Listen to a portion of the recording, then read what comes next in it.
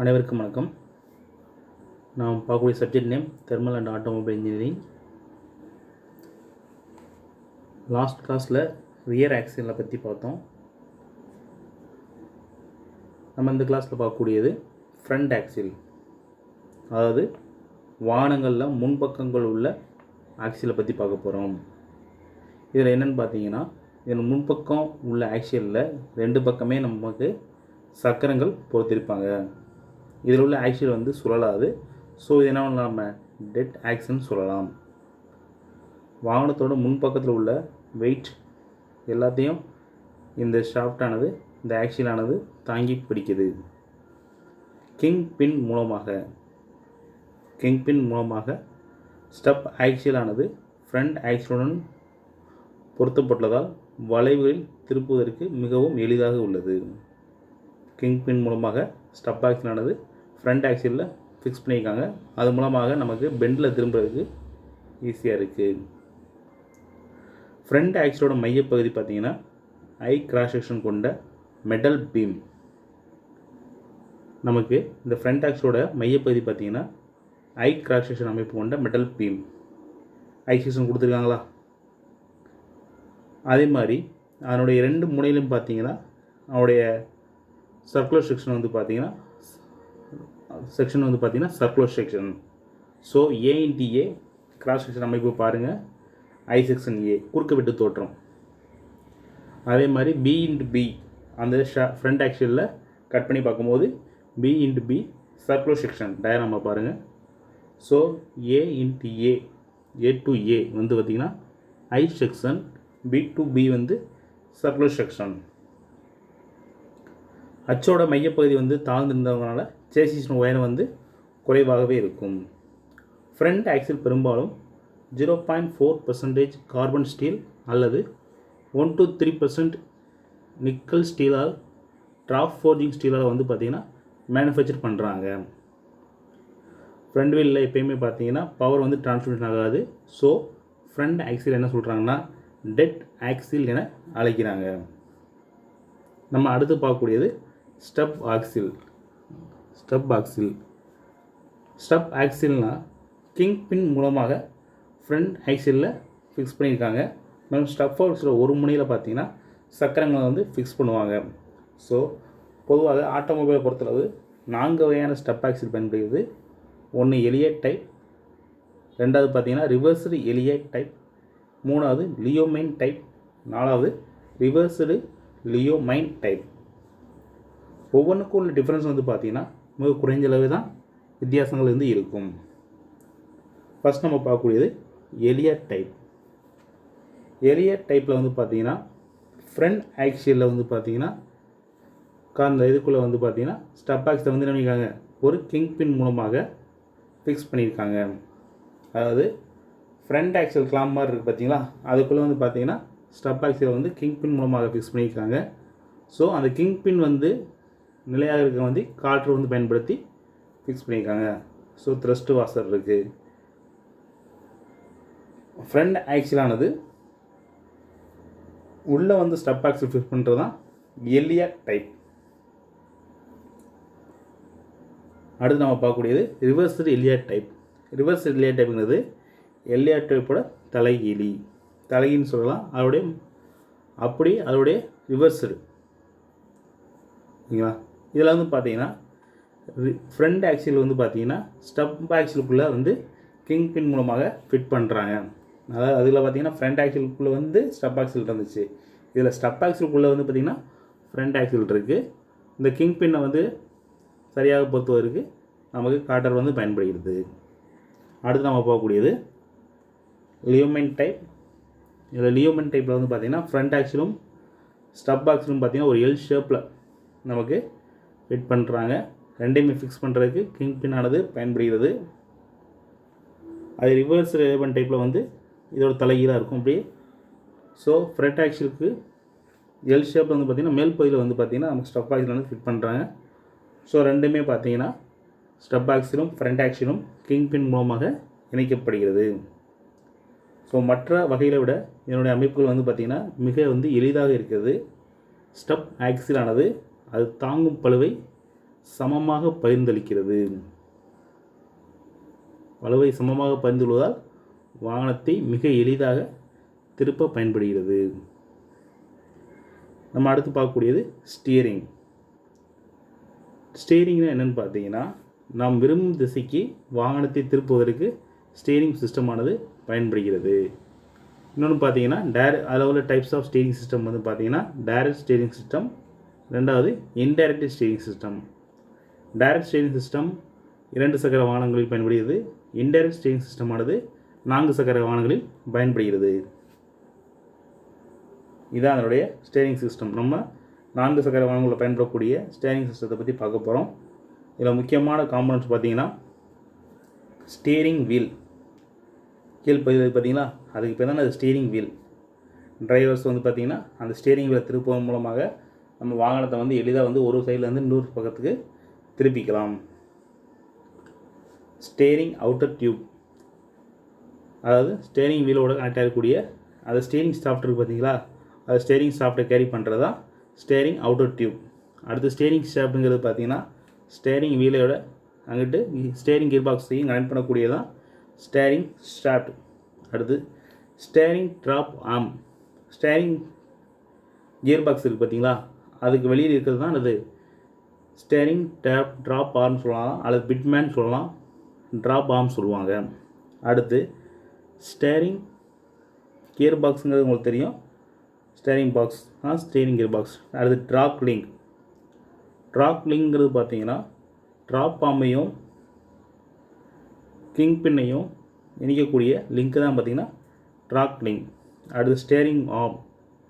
Step ஆக்சிலோட 2 பக்கத்துலேயும் நமக்கு டைரோட fix பண்ணி பார்த்தீங்களா, அதான் அது ட்ராக் ராட் ஆர்ம் அல்லது ஸ்டியரிங் ஆர்ம் சொல்லுவாங்க. அடுத்து ட்ராக் ராட் அல்லது டை ராட்னு சொல்லுவாங்க. அதாவது 2 ஆர்மையும் கேரி பண்ணுறது தான் டை ராட் அல்லது ட்ராக் ராட்னு சொல்லுவாங்க. ஃபஸ்ட் நம்ம பார்க்கக்கூடிய ஸ்டியரிங் வீல். ஸ்டியரிங் வீலான பார்த்தீங்கன்னா ஸ்டீலால் செஞ்சப்பட்டு பேக்லைட் அல்லது இன்சூரன்ஸ் மூலமாக நினைப்பாங்க, கவர் பண்ணியிருப்பாங்க. ஸ்டியரிங் அல்லது ஸ்டியரிங் சாஃப்ட் மூலமாக ஸ்டியரிங் கியர் பாக்ஸுடன் இணைக்கப்படுவதால் ஸ்டியரிங்களை சுற்றும் போது சக்கரம் இடது அல்லது வலதுபுறமாக திருப்புகிறது. அடுத்து ஸ்டியரிங் அவுட்டர் டியூப். இது ஹாலோ ஸ்டீல் பைப் ஆகும். இது ஸ்டியரிங் சாஃப்டானது பீரிங் சப்போர்ட் மூலமாக சுழல்கிறது. இதன் ஒரு முனை ஸ்டியரிங் கியர் பாக்ஸுடன் மறுமுனை பேனல் போர்டுடன் பொருத்தப்பட்டுள்ளது. அடுத்து ஸ்டியரிங் ஷாஃப்ட். இது ஹை ஸ்டீல் இரும்பினால் செய்யப்படுகிறது. இதன் மேல்முனை வரிப்பள்ளங்கள் அல்லது ஸ்லாட்ஸ் மூலம் ஸ்டியரிங் வீலுடன் உறுதியாக பொருத்தப்படுகிறது. இதன் கீழ்முனை பார்த்தீங்கன்னா ஸ்டியரிங் கியர் பாக்ஸ் உள்ள வாமுடன் இணைக்கப்பட்டுள்ளது. சில வாகனங்களில் ஸ்டியரிங் ஷாஃப்ட் ஒரே ஷாஃப்டாக இல்லாமல் 2 துண்டுகளாக பயன்படுத்தப்படுகிறது. அடுத்து ஸ்டியரிங் கியர் பாக்ஸ் பார்த்தீங்கன்னா சக்கரத்தை திருப்புவதற்கு இணைப்புகள் கொடுக்கப்படும் விசையை அதிகரித்து கொடுக்க இதில் உள்ள கியர் அமைப்புகள் பயன்படுகிறது. ஸோ இது பெரும்பாலும் வந்து கேஸ்ட் அயனால் செஞ்சுருப்பாங்க. அடுத்து ட்ராப் பாம். இதன் ஒரு முனை செக்டார் ஷாஃப்டுடன் மறுமுனை ட்ராக் லிங்குடன் இணைக்கப்பட்டுள்ளது. இது செக்டார் ஷாஃப்டின் சுற்றை பக்கவட்டு அசைவாக மாற்றுகிறது. அதாவது இந்த ட்ராக் ஆர்ம் இருக்குது பார்த்தீங்களா, ட்ராக் லிங்க் வந்து என்ன பண்ணுது, இது சுழல் விசையை வந்து பார்த்திங்கன்னா பக்கவட்டு விசைவாக மாற்றுகிறது. ஸோ இதுன்னு வைக்காங்க கேஸ்ட் அயனால் தயாரிச்சுப்பாங்க. ட்ராக் லிங்க் பால் அல்லது சாக்கெட் இணைப்பு மூலம் ட்ராப் ஆர்மையும் ஸ்டியரிங் ஆர்மையும் இணைக்கக்கூடியதான் ட்ராக் லிங்க். அது ஸ்டியரிங் ஆர்ம். ஒவ்வொரு ஸ்டெப் பாக்ஸிலுக்கும் ஒவ்வொரு ஸ்டியரிங் ஆர்ம் உள்ளது. ஸோ இவ்வாறு ஸ்டியரிங் ஆர்ம் மூலம் டை ராட் மூலம் சக்கரங்களுடன் இணைக்கப்பட்டுள்ளது. டை ராட் இது இருபுறங்களில் உள்ள ஸ்டியரிங் ஆர்மை இணைக்கிறது. சக்கரத்தை பொருத்துவதற்கேற்ப டை ராடின் நீளத்தை அதிகப்படுத்த அல்லது குறைக்க இதன் இருமுனையிலும் left hand and right hand த்ரெட்டுகள் வெட்டப்பட்டுள்ளது. அதில் ஒர்க்கிங் பார்த்தீங்கன்னா ஸ்டியரிங் வீலை திருப்பும் போது அதனுடன் இணைந்துள்ள ஸ்டியரிங் ஷாஃப்டும் சுழல்கிறது. ஸ்டியரிங் ஷாஃப்ட் ஸ்டியரிங் கியர் பாக்ஸுடன் இணைக்கப்பட்டுள்ளதால் ஸ்டியரிங் ஷாஃப்ட் சுழலும்போது கியர் பாக்ஸுடன் இணைந்துள்ள ட்ராப் ஆர்மும் சுழல்கிறது. ஸோ இந்த ட்ராப் ஆர்மானது பார்த்திங்கன்னா உங்களுக்கு தெரியும், புல் அண்ட் புஷ் மோஷனை வந்து வெளிக்காட்டுது. ஸோ முன்னும் பின்னும் அசைனால வந்து ஸ்டியரிங் ஆர்மோட ஸ்டேரிங் வாகனமானது டைராய்டு மூலம் 2 சக்கரங்களுடன் நக்கிளுடன் இணைக்கப்பட்டுள்ளது. எனவே ஸ்டேரிங் வீலை சுற்றும்போது நக்கிள் முன்னும் பின்னும் நகர்ந்து சக்கரத்தை இடது அல்லது வலதுபுறமாக திருப்புகிறது. ட்ராப் ஆர்ம் வந்து பார்த்திங்கன்னா புல் அண்ட் புஷ் மோஷனை வந்து ஏற்படுத்துகிறது. இதனால் வந்து பார்த்திங்கன்னா இது வந்து பார்த்திங்கன்னா ஸ்டேரிங் ஆர்மோட இணைஞ்சிருக்கு. ஸ்டேரிங் ஆர்ம் வந்து பார்த்திங்கன்னா எப்படி இணைஞ்சிருக்குன்னு பார்த்திங்கன்னா டைராய்டு மூலமாக நமக்கு இணைந்திருக்கிறது. So pull and push motion வந்து ஸ்டேரிங் ஆர்முக்கு வந்து டைராய்டு மூலமாக டிரான்ஸ்மிட் ஆகி ஸோ அதோடு இணைக்கப்பட்டுள்ள நக்கல் வந்து பார்த்திங்கன்னா முன்னும் பின்னும்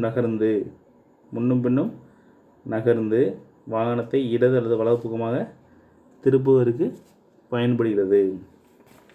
அடுத்து அக்கர்மேன் பிரின்சிபல் ஆஃப் ஸ்டீரிங் பார்க்கும்போது முன் சக்கரத்தின் இரு கிங் பின்களின் மையத்திலிருந்து டை ராட் முடிவின் வழியாக வரையப்படும் இரு நேர்கோடுகள் பின்னச்சுக்கு மிக அருகில் சந்தித்து ஒரு கோணத்தை ஏற்படுத்துகிறது.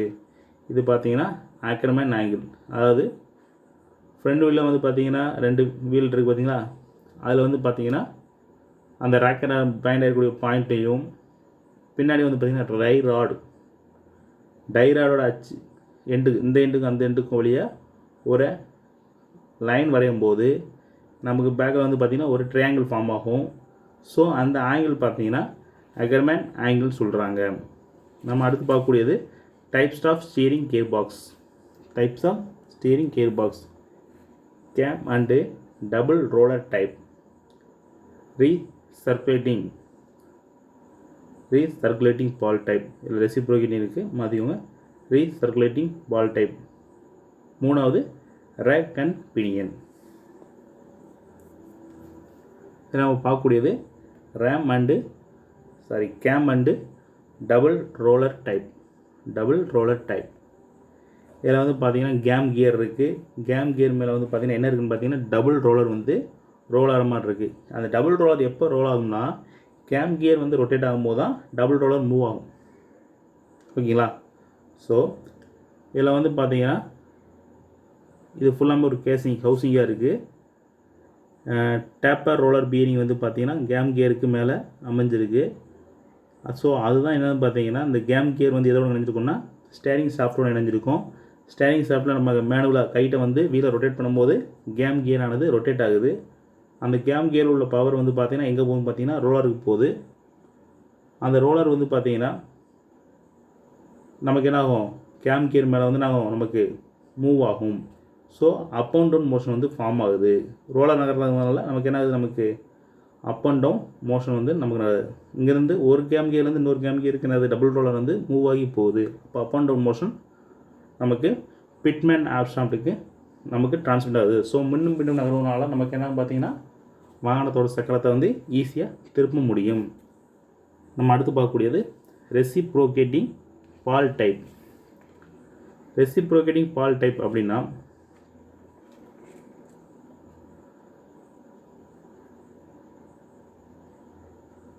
ரெசிப்ரோகேட்டிங் உள்ள அது ரீசர்க்குலேட்டிங் ball type.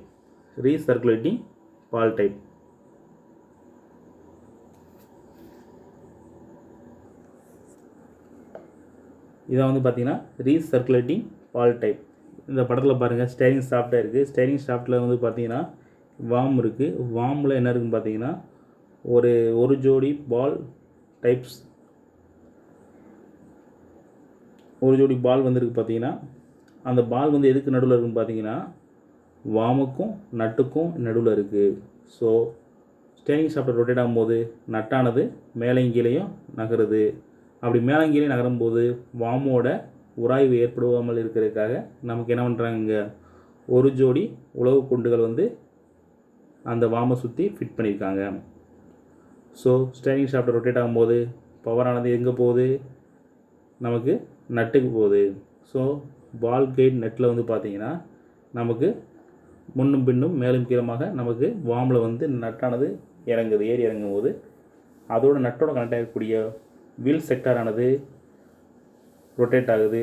Wheel sector rotate ஆகி அதனுடைய பவரானது ட்ராப் பாம்புக்கு போகுது. ட்ராப் பாம்பானது முன்னும் பின் நகர்ந்து நமக்கு வாகனத்தோட சக்கரத்தை வந்து திருப்புவதற்கு பயன்படுகிறது.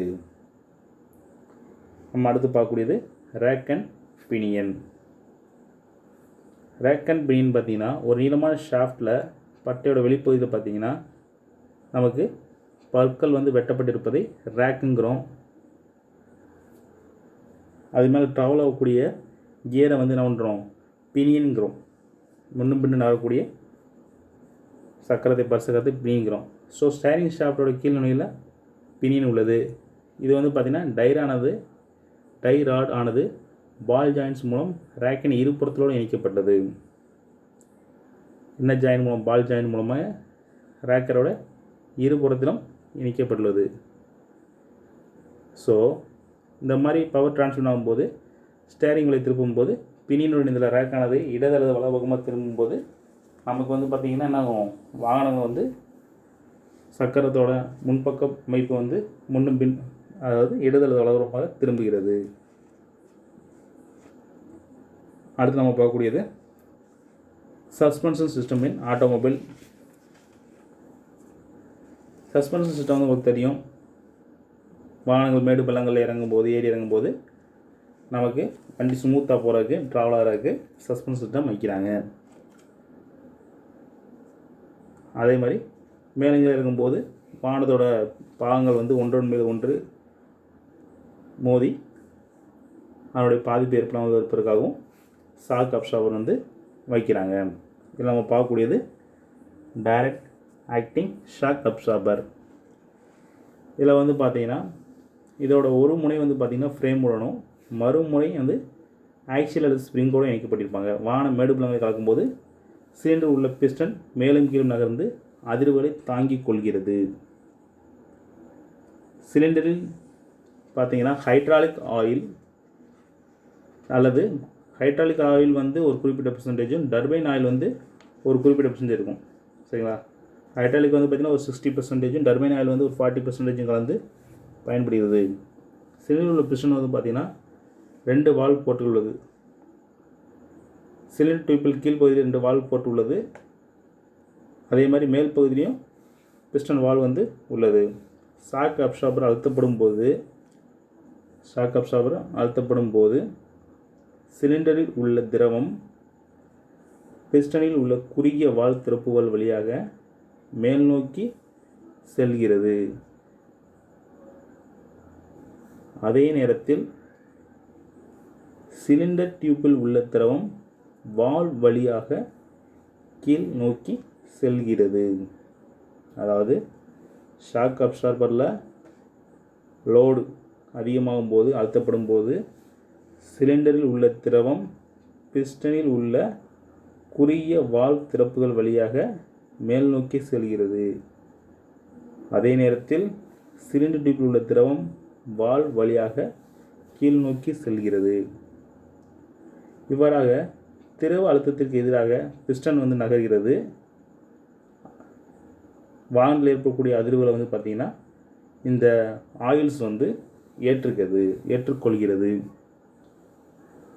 பிஸ்டனின் மேற்பகுதியில் உள்ள திரவம் வேகமாக பிஸ்டனின் வால்வ் வழியாக கீழ் நோக்கி தள்ளப்படுகிறது. அதே நேரத்தில் ரிசர்வாயர் டியூப்பில் உள்ள திரவம் வால்வ் வழியாக சிலிண்டர் டியூப்பின் கீழ்ப்பகுதியை அடைகிறது. இதனால் ஷாக் அப்சார்பர் மிக வேகமாக நீச்சி அடைகிறது. இவ்வாறாக ஷாக் அப்சார்பர் ஸ்ப்ரிங்கில் ஏற்படும் அதிர்வுகளை தாங்கிக் கொள்கிறது. ஷாக் அப்சார்பரில் பழுது ஏற்படின் அதை மாற்றுவதே சிறந்த விஷயம். அதாவது வண்டி வெரி ஸ்லோ ஆக்ஷன் போது பிஸ்டானது மேலேருந்து கீழ் நோக்கி நகர்கிறது. அப்போ பார்த்தீங்கன்னா ஆயில்ஸ் வந்து கீழேருந்து மேல் நோக்கி போகுது. அப்படி போகும்போது ஆஃப்டர் அப்ளைங் லோட் இந்த பிஸ்டன் வந்து பார்த்தீங்கன்னா மேலேருந்து கீழ் நோக்கி வந்த பிறகு கீழே உள்ள லிக்விட் ஆயில்ஸ் வந்து மேல் நோக்கி போகுது. அந்த லோடு வந்து ரிமூவ் ஆன பிறகு ரிசர்வேரில் உள்ள ஆயில்ஸ் வந்து மேலேருந்து கீழ் நோக்கி வருகிறது. ஸோ இந்த மாதிரி பிஸ்டன் ஆனது முன்னும் பின்னும் நீட்சி இழந்து நமக்கு வந்து அவருடைய லோடை வந்து ஆயில்ஸுக்கு ட்ரான்ஸ்ஃபர் பண்ணுது. ஸோ இந்த கிளாஸில் வந்து பார்த்திங்கன்னா நம்ம என்ன பார்த்தோம்னா ஃப்ரண்ட் ஆக்சில் பார்த்தாச்சு, ஸ்டெப் ஆக்சிலனுடைய என்னென்ன டைப்ஸ்னு பார்த்துருக்கோம், ஸ்டேரிங் சிஸ்டம்னா என்ன, அது எதுக்காக பயன்படுத்தி பார்த்தோம், அதே மாதிரி ஸ்டேரிங் பை கியர் பாக்ஸை பார்த்தோம், அதே ஷாக் அப்சர்வர்னா என்ன, அதோட டைப்ஸ் வந்து பார்த்துருக்கோம்.